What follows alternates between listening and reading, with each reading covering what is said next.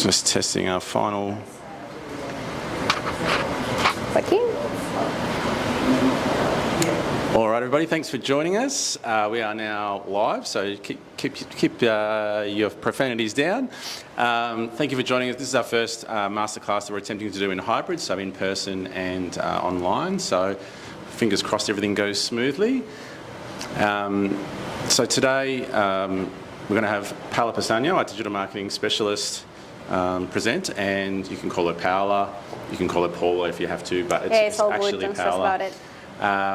One of the things we notice, we get a lot of inquiries for marketing, obviously being a marketing agency, and one of the things we've noticed is that people often ask for ads, they ask for maybe SEO or website things, but very rarely do we get asked about email marketing, and it's a massive mistake because, as Paola will vouch for very shortly, email marketing is such an important part of a marketing strategy. So Paola's quite experienced. She's obviously originally from Argentina, has worked at agencies and even for the government's marketing there, and we're lucky enough to have her in Geelong. And she's extremely passionate about email marketing, hence this talk. So over to you, Paola. Yeah, thanks, Nathan. Thanks everyone for coming. We're actually so excited to be doing this masterclass. This is the first one that we're doing here at the office, and thanks for everyone who's joined us online as well. So yeah, as Nathan said, we couldn't recall the other day we were having like this meeting, and we're trying to see, okay, what are the most common reasons that people come to us? We couldn't remember any single client that called us and said, can you please help me with my email marketing strategy? And to me, that's sort of a red flag, because I'm going to explain you why, but it's a very missed opportunity that we see often in businesses, and that's why we're going to focus today. But before starting, I just want to, at least from people who is here, can you raise your hand if you're currently doing any type of email marketing at the moment? Okay, 4 people. Okay, that's not too bad. That's great, actually. So in terms of the expectations for today, if I'm honest, I think in the last 2 weeks, I've only been thinking about this. And I just was so excited to share so much, but then obviously in an hour, it's really hard to compact everything. So even this morning, I was like, no, I probably should change it all again. So just to focus on that, what I want to give you is at least a better perspective of all the uses that you can use email marketing for, the potential, the importance, and if you're currently doing some email marketing, more ideas on how you can expand on that. And also we're going to be talking a little bit about recent changes that are happening and are going to change a little bit the game for next year. So apart from thinking that sometimes it's a common missed opportunity in businesses, it's my personal favorite, because my first full professional job, hello, welcome, was actually in an agency that it was only about email marketing and databases and CRMs.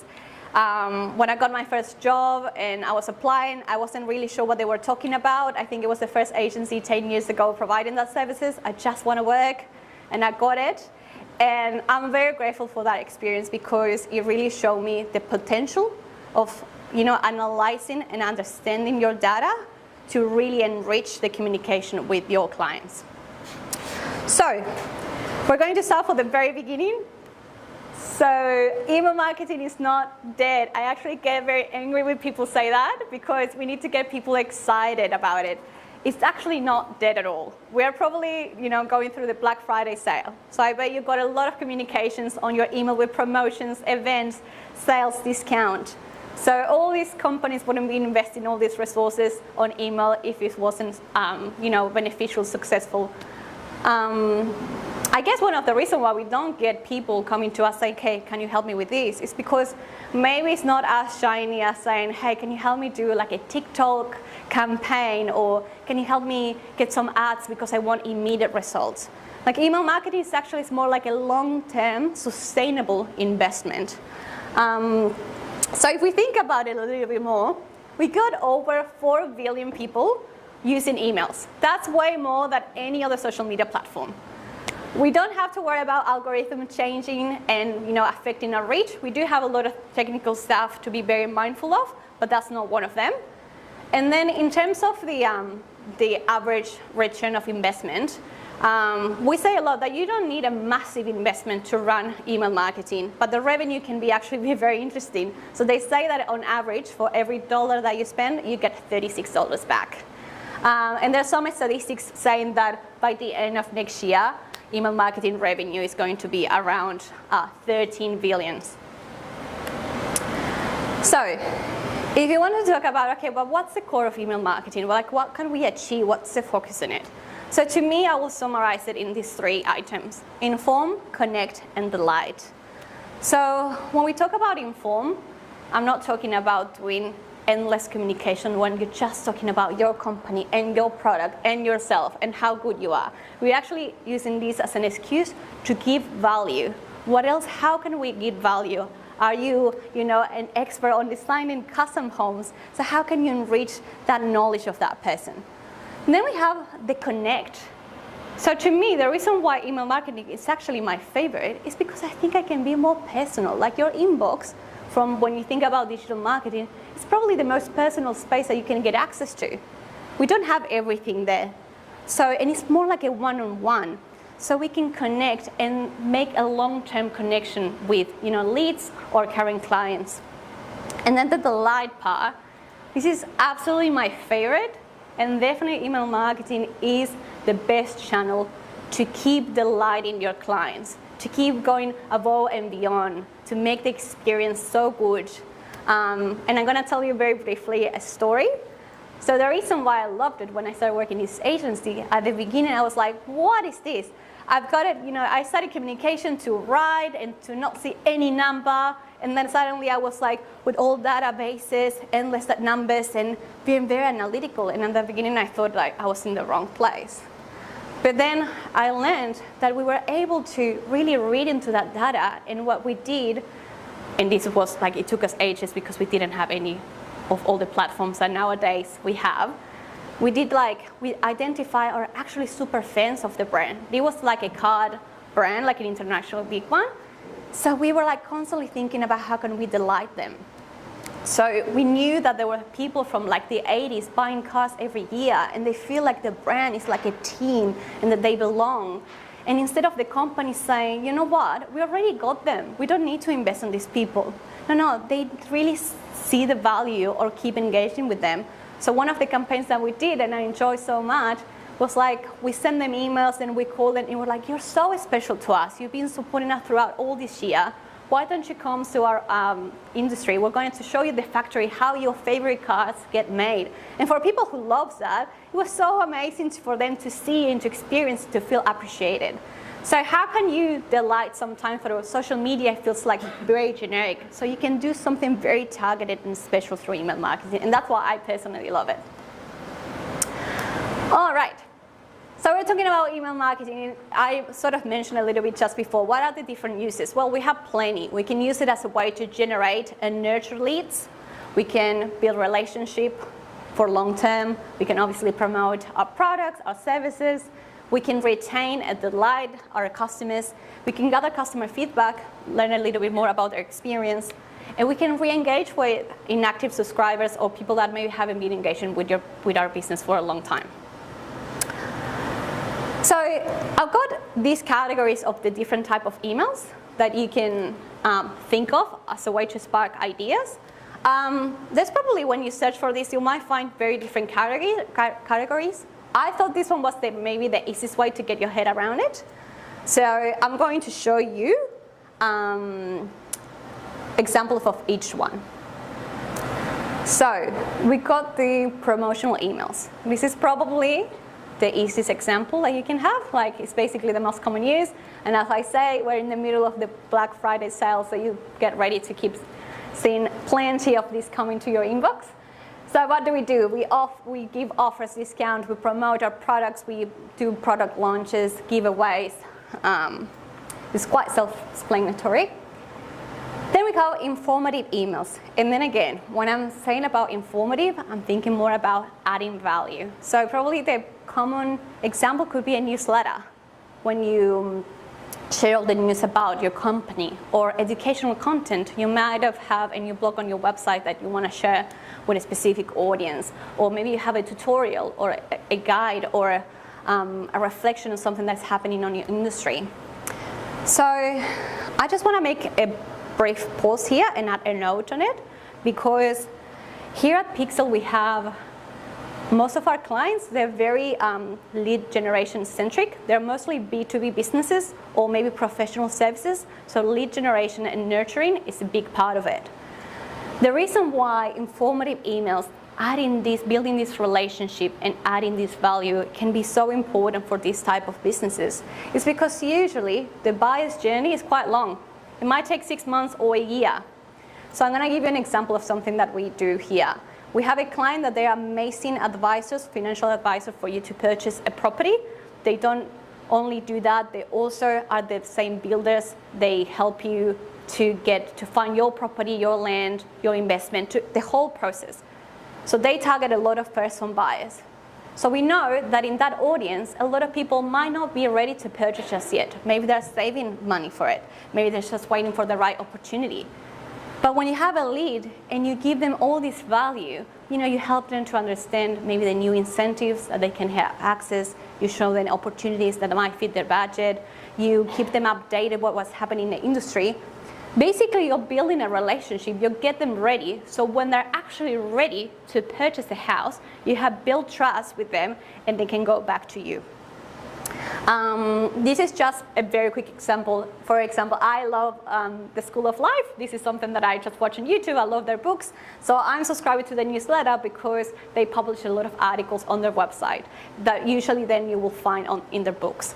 So, they just simply update a new article. They have a very engaging introduction, and then they send me to their website to expand.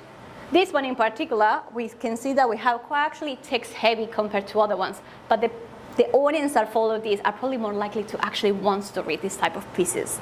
Then if we move forward, we got transactional emails. This sounds pretty boring. They're very straightforward. They have a purpose though, but I do think that they're a bit of like the unseen heroes of email marketing. So they're actually important. Like if you bought something recently online for the Black Sale, you got an email straight away saying, hey, your order has been confirmed, or your shipping updates, things like that. My point is that not always, but sometimes we can also see opportunities in these emails to add an extra value. How can to add a little bit of creativity? This is a good example from Slack. So it's someone who signed up to Slack to use it. So they get a welcome email. You can open Slack and start using the app. But also they know that you're just starting. So they're not just only telling you, thank you, you're in, here you go. They're adding, tips for getting started. So they have different call to actions when they give you, resources like keep work organizing channels. So if you click there, you can learn how to do it. You can, download the app or invite other people to join you. So little things that you can, you can have a purchase confirmation and you can have an extra discount, for the next time that you buy, something like that. Then we got the life cycle emails, also quite important. So I'm going to expand on this a little bit more. So life cycle emails is kind of like a cycle, a sequence. We've got welcome emails, onboarding emails, lead nurturing campaigns.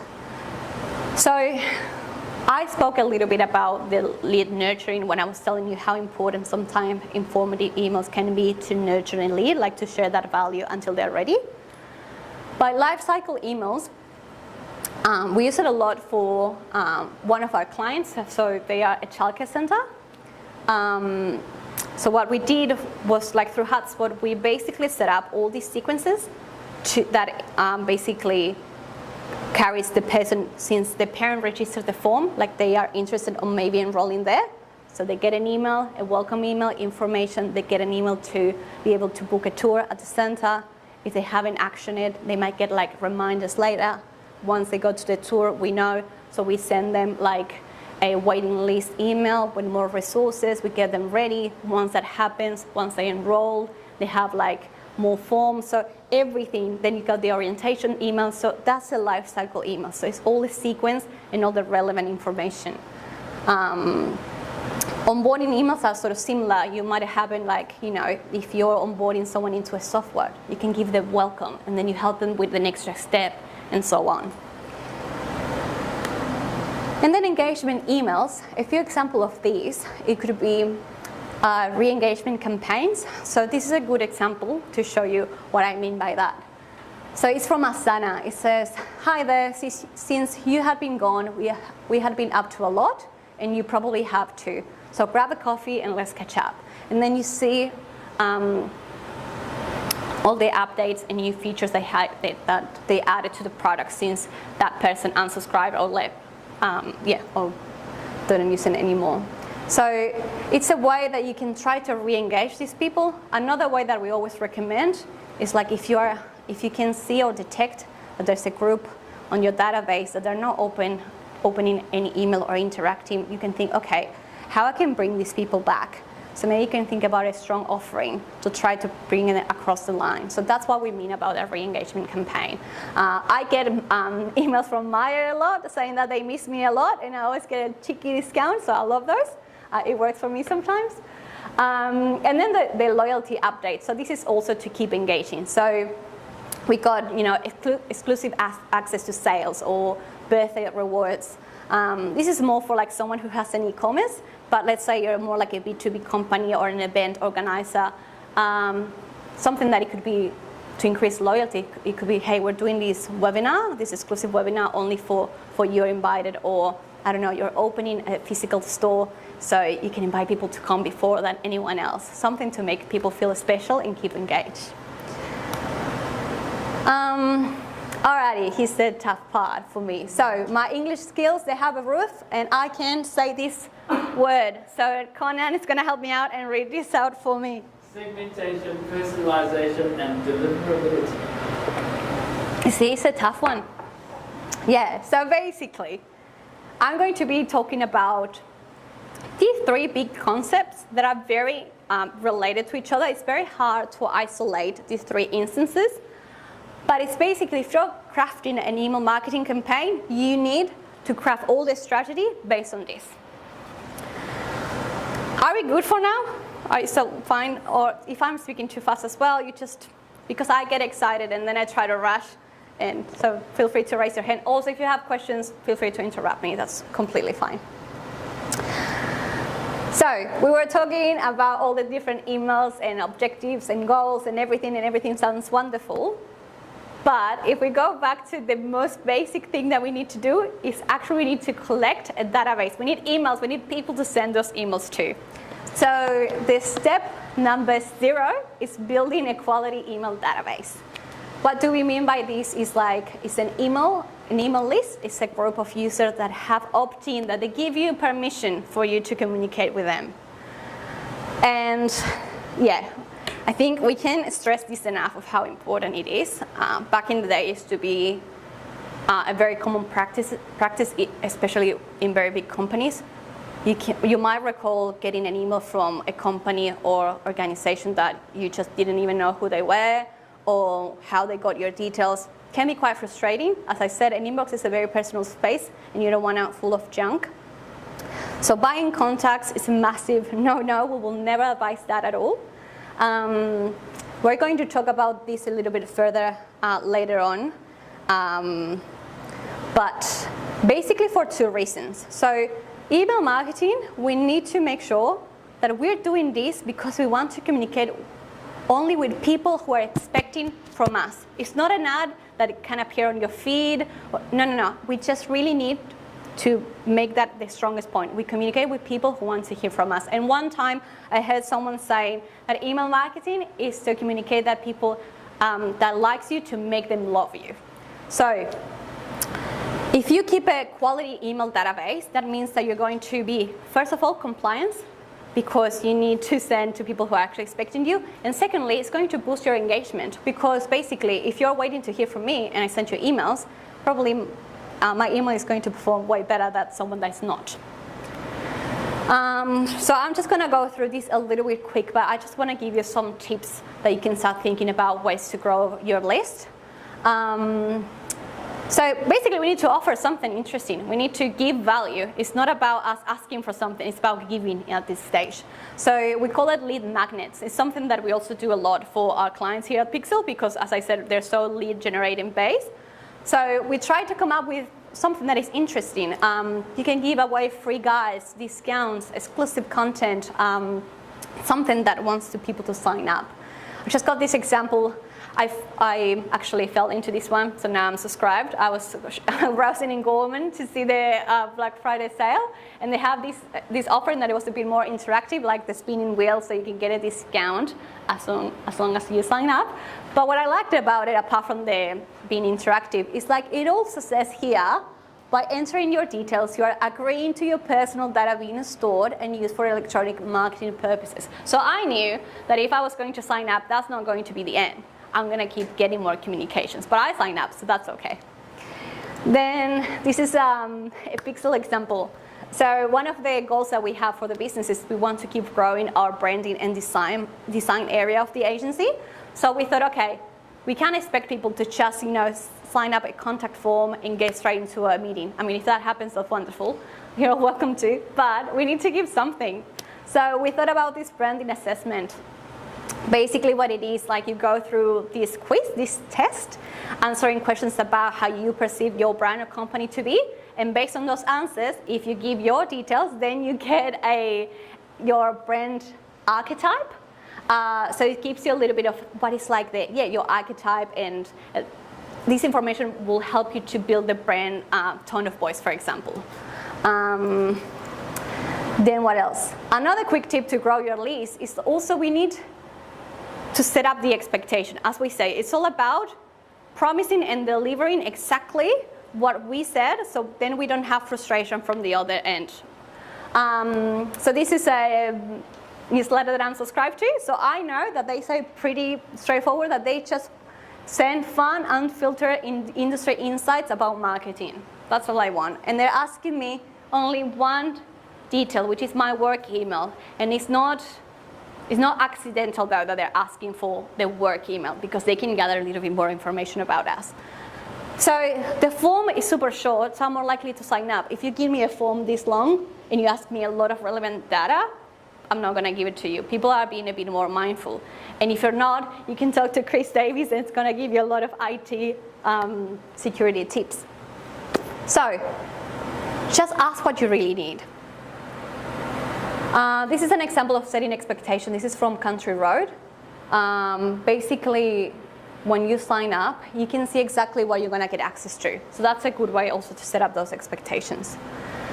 Then another quick tip is like be where they are. So these pop-ups or this content that we're creating to engage with people has to be placed in the right area. Let's say it's on your website. We have this guide for like nurturing leads for marketing. So this is only on the marketing service page. It wouldn't make any sense if we were to put it in the design page, for example. And then we go into segmentation. So basically what we're saying about segmenting is like if you have, let's say, a database with like 1,000 records, segmenting is by selecting different groups of that database based on a specific criteria. So going back again to what we're saying of how can we build our email marketing list, if we can, we need to really try to segment from the start. We need something that is going to help us deliver a content that feels more personalized. So this is a great example of, this is Later. Later is an app that you can use to schedule your social media posts. So their offering is like a free social media report template. So they're asking you your email, but then what they're asking you is like, what title best describes you? So then you have an options of jobs. So, and then you have a second question that is, what is your experience with Later? And it says, I've never used it before, I have used it in the past, and I'm a current user.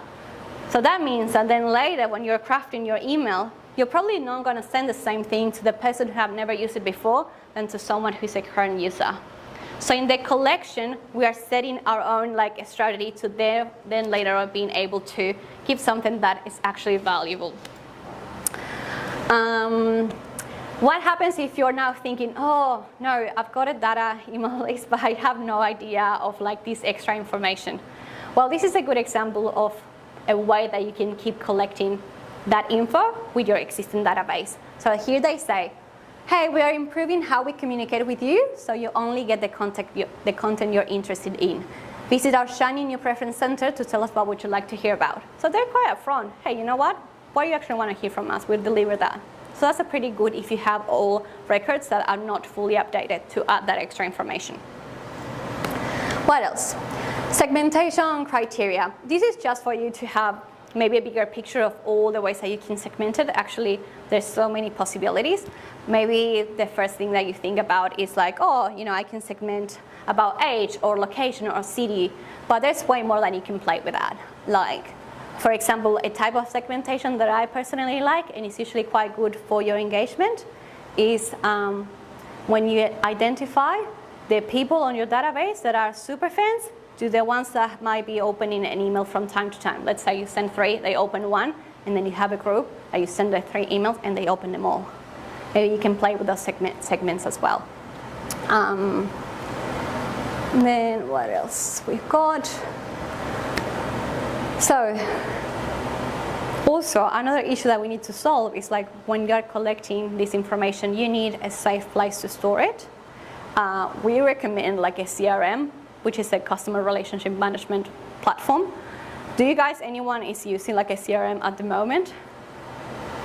Okay, that's good, awesome. Yeah, it's definitely the best way because when you, first of all, you can store all the data of your customers or leads, and you have all that information under, you know, the same record in the same place. And that could be very useful for sales, for the service team, for marketing team. I'm going to give all the examples with HubSpot because we are a HubSpot agency and that's what we recommend and use. Definitely there's more out there for you to try if you want to. I just feel more confident showing what you can achieve with that, with this. So the good thing about HubSpot is that it's a platform that gives you the CRM to store all this data and also update with activity that they do on your website, inquiries, forms. But also they have an email marketing platform, which is the second thing that you need. So I will say that when you're doing email marketing, probably your investment is going to be the payment that you get for these tools. Because all the money, you already spend the money on acquiring that lead. So everything that really you do after the email marketing is kind of like an extra. So this is very quickly, like HubSpot, they have like the email marketing tool. If you feel like, oh, I'm not that experienced in design, they have a quite intuitive platform where you have templates and it's like a drag and drop, so you can put all the blocks of content on HubSpot. By the way, the CRM is, there's a free version that you can test the CRM and you can test also the email marketing tool. So it's a good way to start and play with it and see if you like it. If you have any more questions about it, then you can go to Nathan, then he will answer everything. And then I want to show you some of the new features and things that are going to help us to escalate the way that we do email marketing in the next year. So this is a new feature that HubSpot has released. It's still on the test, so it's not the optimal final version. But for example, when you say, okay, I want to segment, I want people that have done this and this and that. So that's basically, it's like a sequence of conditions that you need to prompt into the platform to be able to extract that. Then again, when I was in that old job, my team was with like IT people and data engineers, and I needed to go to them and ask them like at least 3 days in advance to get an extraction of something, and waited, and like it was just such a slow process. So to me, when I see that now we're able to do this, it's amazing. But it's true that sometimes when you're playing with these conditions and filters, it can be a little bit difficult sometimes. But now the new feature is that they added like an AI assistant where you're just literally prompting and telling them, hey, I need this, this, and that. So when I sent you an email, there were some people that joined us online and in person. So I needed to send you different things. So then I prompted, I want all the people that register for this event, that opt in to come in person, and they just gave me the list in 2 minutes. So it's making it a bit more easy also for marketers to do these things. And then we got with personalization. So I might go a little bit quicker here. I'm just mostly going to tell you about the changes that are upcoming. The reason why I'm going to go a bit quicker, because this is more about, we're going to go through the anatomy of an email. Realistically, there's a lot of info online, but I want to give you more like our comment or our vision on this, so you can actually apply it. But if you have any questions or you want to go back to it after the session, please feel free to ask me. So personalization, I've been extremely lucky to go to Inbound, the HubSpot conference in Boston this last September, and it was amazing. And this is a little bit out of email marketing only, but the only thing, or one of the main things that we were hearing is the importance of personalization. It's just going to really change the game. We know that that's currently happening. A quick example, if you're subscribed to Netflix, you might get an email saying, hey, this is all new. You might be interested in these, things like that. Or maybe you purchase like a top and then you get an email saying, hey, these are going to match your top really well, things like that. So when we say personalization on email, we're talking a little bit further than just adding your first name on the email, which is fine and that's good, but it's a little bit more complex. So then again, when we say about personalization, it's about delivering the right message at the right time to the right audience. That's why I was saying that everything is interlinked, because we segmented, because we want to have a segment that we understand what they need, and therefore we craft a content that is personalized to them. And then also when we think about email, then again, it's a bit personal. We're not talking generically, we're just talking to a person. We need to bring in more human. So definitely AI is changing the game a lot next year in terms of these hyper-personalization campaigns. So in terms of email anatomy, so if you're crafting your email, all these sections you need to pay attention. So we got the sender name, the subject line, the preview header or preview text, pre-header or preview text, the body content, the call to action, the visuals, and the footer. So the truth is, like, usually when people open their inbox, they're actually, we pay a lot of attention to the subject line, which is very important, but it's most likely that people are looking at the sender name first. And you think, well, you're talking about really common sense, it's just like the sender name. But there are some strategies that you can apply to it, and it's good to think about it and make sure, you know, all these examples they just chose to like put their company name. It's a way to like show that it's reliable, like that email. I'm just gonna give you a quick example. Sometimes you could have get maybe an email that say, hey, it's Paula from Pixel, and you put like a person's name to it. We have a client that they are like a Melbourne clinic. So we know that people who go there, they really love the surgeon care, him as a person, and we know that they're going through treatments that can be very emotional. So we know that they go to them not because of the actual clinic name, they go because of him. So when we're doing their email marketing, I didn't want to write the clinic name. I wanted to add his name because I know that people probably might not even remember the name of the clinic. It's him.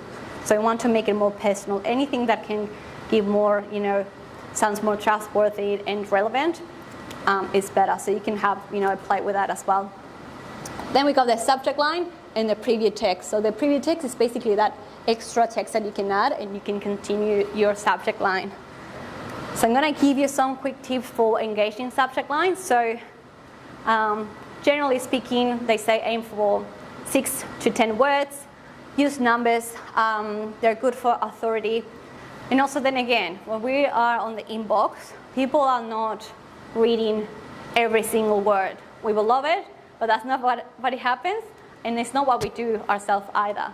So sometimes numbers can be quite eye-catching. Then there was a myth about do not ever use words like free or save or discount. People were thinking that you could get into the spam folder.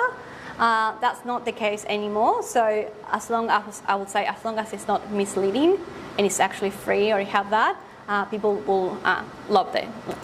Then you can appeal to urgency or fear of missing out, make it attractive, make it engagement. If you feel comfortable with your brand tone of voice, you can add emojis. It tends to increase that as well, the open rates. A very good one as well is to use the brackets. You could put like flash sales or new edition or limited edition or last day, something that is also eye-grabbing.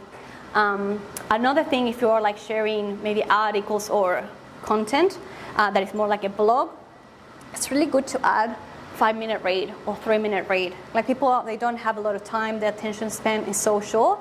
So if you see, oh, it's just a 3-minute read, oh, maybe I have time for that. And add personalization. So we said, yes, first name is something that you could use, but another way that you can make things sound more personalized is if you, for example, add their job role or industry. Like, for example, 7 mistakes marketers overlooked. So I'm not saying a specific name, but I'm a marketer, so I think that's personalized to me. Then this is a free app, a free website that I use a lot. So basically, you can test your subject line. So it will give you like a score and also some recommendations of adjustments that you can do to make sure that your subject line is engaging. Then this one is some notes that I took from Inbound about what is trendy at the moment. So we got that slang words work, like when you play a little bit like chef keys or ghosting, things like that tend to generate engagement. Another cool thing that you can try and test is like when you use the most, because it shows like something is popular and people usually want to find out. Like if we say this is our bestseller or this is the most popular blog or things like that can also engage. And then he was also saying that usually the negative tone really works. For example, the mistake that 90% of marketers pro are making, or avoid these 5 common construction mistakes, things like that. Then again, this is not a promise that it's definitely going to work, but it's things that are worth testing out and finding what it works with your specific audience.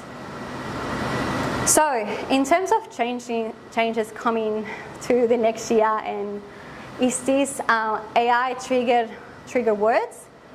So Apple has changed their email app, similar to what happened with Gmail. So now the latest update, they have buckets. So we got the primary inbox, the updates, the transactions, and promotion inbox. So that makes it a little bit challenging, to gain that visibility when we send our communications. So then again, you need to make sure that people who are in your database wants to hear from you as well. But these AI trigger words is some suggestions that they were like, they're going to use like AI, like the providers like Gmail, Yahoo, Apple. They're using AI to scan and get a sense of what's in your email. And they're going to prioritize certain emails that contains words like registration confirm or meeting invite or important update, priority access. This is not something to go crazy about and do everything around it, but maybe make sure that you start playing with these words. And literally, if you go to ChatGPT and ask which AI trigger words, you can have a bigger list if you want to check that out. Paola, would you try and force emails to get into the primary category, or is it not something that favours you?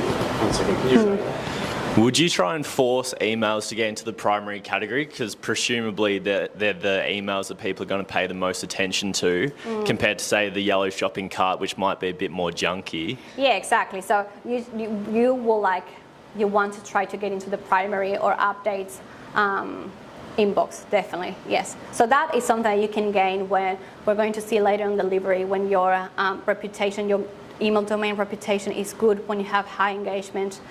Sometimes we try to incentivize, people, like if they might even the user move you to the primary inbox. So all these good practices is to try to get there. Yeah. And if you do have a sale, is it still possible to get into the primary category, or is it automatically going to go into the shopping cart category? I'm not 100% on Apple or how that would work. I actually don't know. This is such a new release, but that will be interesting. I think you can always move it yourself, but I don't know how will that work specifically with that one. Yeah. Okay. Cool. It's similar to what happened in Gmail. Do you know that you have also the promotions and app notification buckets? Yeah, that's a good one. We can look it up, actually. And then another big change that happened is that I was telling you about all these good practices to write your preview text or pre-header. But now, basically, what Apple is going to do on the app is just going to scan your email, and it's going to automatically generate a summary of what's inside. That does mean that we don't write the preview text anymore, because not everyone has this, so it's still relevant. But this is going to condition a bit the way that we write our emails. We want to be very clear in that email, so AI pick up exactly what we're saying. My partner told me that he got this update yesterday on his phone, so you might have it as well. I don't use Apple Inbox, that's why. Alrighty, I'm gonna go a little bit quicker with this one because I want to talk to you about all this stuff. But when you're at the actually body content, main good practices, keep it on brand so it's more recognizable, trustworthy. When you open an email that doesn't have any branding, that looks a bit dodgy, so just make sure it's all like polished up. Be concise, make it, people, they don't read heaps, make it bullets, make it engagement. Try to, in this area, to really come across with the main messaging. Use engaging images and optimize for mobile. People are more likely to open your emails on their phone. And make it human, use it conversational. We're sending emails. How do you send emails to each other in a human way? Call to action, quick tip on this. So when you're crafting your email, you need to have a goal. There has to be a very clear goal. There's no right or wrong goals, but you have to have one, so you craft it around it. And for the user, it has to be very clear what you're expecting them to do. For example, the School of Life example, they have read the article. They just want us to click there and go to the website and read it. That's all, simple and straightforward. A good thing to test that we use a lot here at Pixel is like we're transitioning from words instead of like download, learn more, find out. We're trying to transform that into sentences. And if you use also first person, it can be a bit more. The main thing that I will say in here, try to include always the unsubscribe button. We make it very easy for people to sign up to our database, but also we make it easy for them to leave. Because as I said, if we have unengaged contacts, it's not going to do anything good for you. It's going to do more harm than good, so we make it easy. Imagine how frustrating when you want to disengage from a service when you don't have that experience seamlessly. So that is from one hand, but if they click unsubscribe, we can also try to turn that into an opportunity to re-engage. So this is a cool example from Adair's. So there's like, are you sure you want to unsubscribe? So they tell you all the things that you're missing out if you do. And then it's like, maybe you can opt to hear from us less. Just let us know how often you want to hear. Maybe you didn't really want to never hear from them again, but they were sending you weekly and it's like, this is too much. So you can choose. So that maybe you can keep them in a different way, but you can keep them. And then, Conan? All right, we got there. Thank you so much. So this is a little bit technical, but I just want to get one main concept across. So the sender reputation is everything. So the sender reputation is how service providers like Gmail, Outlook, evaluate your emails, and they think, okay, is this legit or it should go to spam? The numbers of spam communications being sent constantly every day is absolutely outrageous. So this is getting way and way more sophisticated because for these providers, they also want you as an user of their inboxes to have a good experience, not to open it and see it full of junk. So that's why compliance and good practices are so important, and that's why we advise to our clients. Sometimes we have people come and say, but I've got 10,000 emails, but how do you collect them, where they come from? I don't know, but send them to everyone. That actually in the long term, it's going to make a lot of damage because your reputation is not increasing, it's decreasing. So then, and again, when you have someone who actually wants to hear from you, if you had a bad reputation, you're not going to even make it to the inbox. So you don't even make it to the inbox, what's the point of wasting all this time and resources doing email marketing in the first place? Another good thing is keep your list clean. Go at least once a quarter, review them. Again, HubSpot of this platform can give you a good overview of who's engaged and is not. And just don't feel too disheartened to let some people go. Then again, you can capture those people through other channels. Just keep the ones that like you just there. Frequency. So this is another part of the strategy, right? We are talking about segmentation, crafting relevant content. But also the frequency. It's not the same to send weekly or to send monthly. So there's no right or wrong answer as long as you are very clear to what you communicated to them. Find your own frequency and time, because also the success of our emails is if they're sending in the right time. So here's they say usually from Tuesday to Thursday between 9 a.m. and 12 is a good time, but maybe younger generations, they open emails more in the evening. So it's all about testing and finding what works best for you. Paula, question Yes. from Nick online. How many emails can we send to our database without going too far? Going too far. Well, then again, that is, I think it's all about the expectations. For example, when I signed up for this marketing newsletter that I show you, it was very clear to me that they were going to send me daily. As a marketer, I want a daily email. I don't have time to browse for the whole internet to get the news, but I want that conversation daily. Maybe if you're from a B2B business and you're nurturing a lead, yeah, maybe once a month is enough, just to, to keep them engaged, but not too much. So I guess, yeah, testing is also your friend, and email marketing. That's why we were laughing about when we call this a masterclass, because it feels like you master it. But the truth is, like, the only mastering that we have is like we keep testing, because things change, the industries are so different. So you have to find your own rhythm. I will say, just, don't go, I feel like the worst feeling is the spam, so don't go too hard. Just keep sending, start sending, see how they react, and then you will know. All right, got 5 minutes. So positive engagement. So we were repeating all the time, oh, if you do this, you're going to have good engagement. So what does that mean in email marketing? So you got opens, people who open your email, clicks, people that are interacting with your content, replies, starring, which when you click the gold star because you put it as important, or moving to the primary inbox. So metrics that you should look at. This is a screenshot of how you see the metrics, the performance on HubSpot. So you have the open rate, which is basically from all the people that you sent, how many people open it. So it's going to give you the percentage. The click-through rate from all those people who actually open it, how many people click.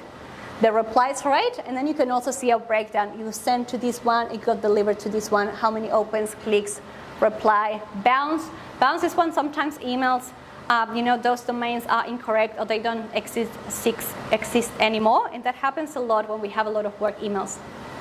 Yes. Yeah, the microphone.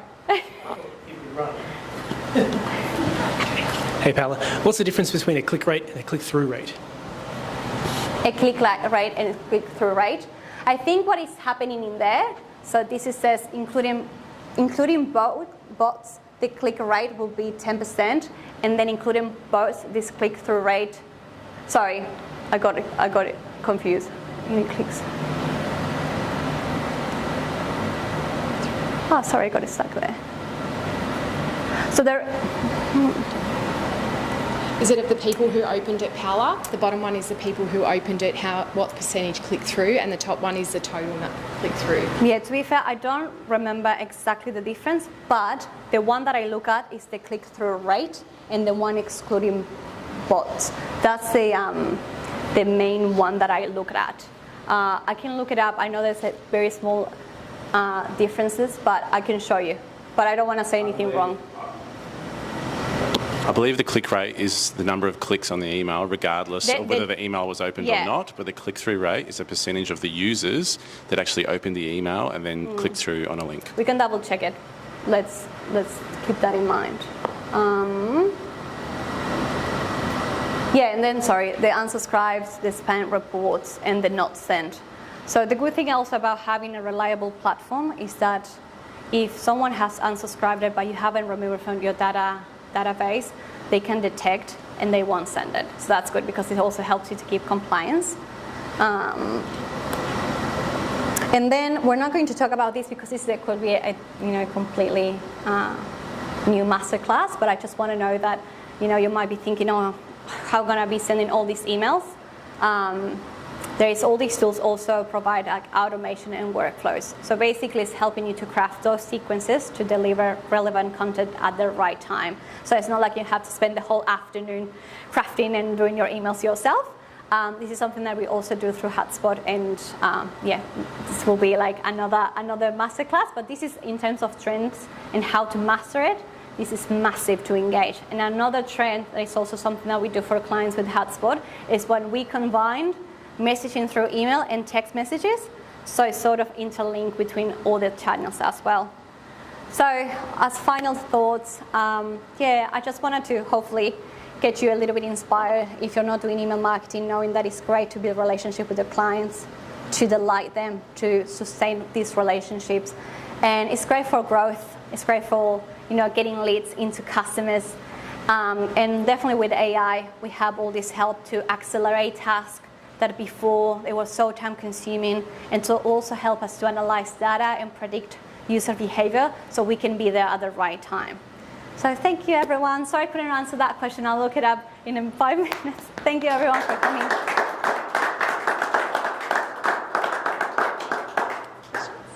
Oh yeah, if anyone has a question or even online, Nathan is checking the comments. I'm more than happy to. Great presentation, Paola. Thank you. As a rule of thumb, at what point would you start culling users from your email database? Would it be, if they haven't opened 4 emails in a row, or how can you regularly keep on top of your list to keep it healthy? Yeah, well, I think you will have different answers depending on who you ask. To me, if I'm sending you three emails and you haven't opened it, to me it's like, well, I'm not mastering, I'm not giving you relevant content, or you're really not engaging. So at least unless I have a re-engagement campaign to try, I may put it away. Yeah, we have done that with like a client, this clinic that we have, and we have a big conversation because it can be hard for a business to say, oh, you know what, I'm just going to remove 200 people. We went from an open rate of clicks from like 10% to more than 58%. So that's a great boost in reputation. And we know that those people are waiting for us, so we can even craft something more relevant to them.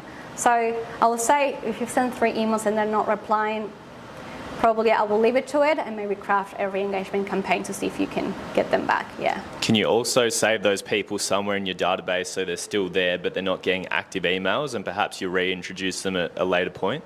Yes, absolutely. So, for example, on HubSpot, what you do, you untick them as marketing contacts, but you still store them.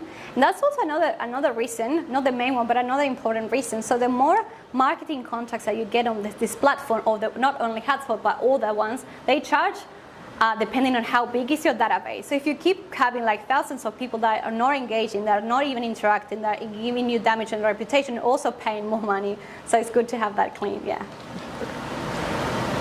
Sorry. Thank you. That was a great presentation. Thank you. Thank you. I'm just curious, for someone in a startup, what is the best way? Because obviously, you get email addresses, you haven't asked them to subscribe yet. What is the best way to start building as a startup on your email database? Like to start like building, like getting people in there? Yeah, from the start. Yeah. Well, I guess so marketing, the game for next year, and more than ever, is very multi-channel. So now the funnels are not as simple as, you subscribe to my email, you got an email, now you're my customer. Maybe you subscribe to my email, you saw a post on social media, then you saw an ad. It's like multi-touch points. So I'll give you an example of a new business that opened here in Geelong and how I got engaged. So I got an ad from social media, and it was like a Pilates studio. And they were already, doing a lot of hype, and I love their communication. It was quite engaging, and it was really showing the process of building that business. So then they were giving the expectation of all the rewards that you would get if you signed up earlier. So I signed up to their newsletter, and they kept me maybe every 3 days. They sent me like a new update, so I knew the founders. So they were like a young couple, doing their own business. So I felt, oh, that's so good. They're investing and they're local, so they were sharing that. That they were sharing everything that was coming, giving me the hype when the membership was out. So I ended up purchasing a membership even before I even went to the studio. The business wasn't even open. But after purchasing, I got a Delight campaign. So I got extra incentive, like I got, a discount with another business in Geelong to go. It was very personalized. So I think, maybe if you're new and you need to collect, you need to throw out the net. So you might need to invest a little bit in ads and a social media presence to get that word out. On your website, probably the simplest way that you can start with email marketing, have your newsletter added to your website and start collecting. Yeah. No worries. Question? You told us that emojis can help open get a higher open rate. I'm led to believe that certain emojis have more powers than others. Do you have any favourite emojis to use in subject lines? My favourite ones are usually the megaphone and the alarm. I've been using a lot because we have a client that have this massive Black Friday sales. They were so very, it helps to add urgency, or helps to add some, like we have an announcement. Those ones tend to perform quite well. You might have seen them. And then maybe you can be a little bit more playful and bold. I see a lot of like the kiss emoji, but depends on what you're subscribed to. Like it's a lot of like makeup brands that might use those ones. Those are the ones that I'm remembering. But yeah, definitely the megaphone and the alarm one, the red alarm, are probably my favorites. Yeah. Is there any other questions? Well, thank you, Paola. Thank you for a fantastic presentation. Thanks everybody for coming in today to the office to try out this new concept for us. Thank you to everyone online who joined us. And Paola, once again, thank you very much. Thank you, everyone. Thanks so much.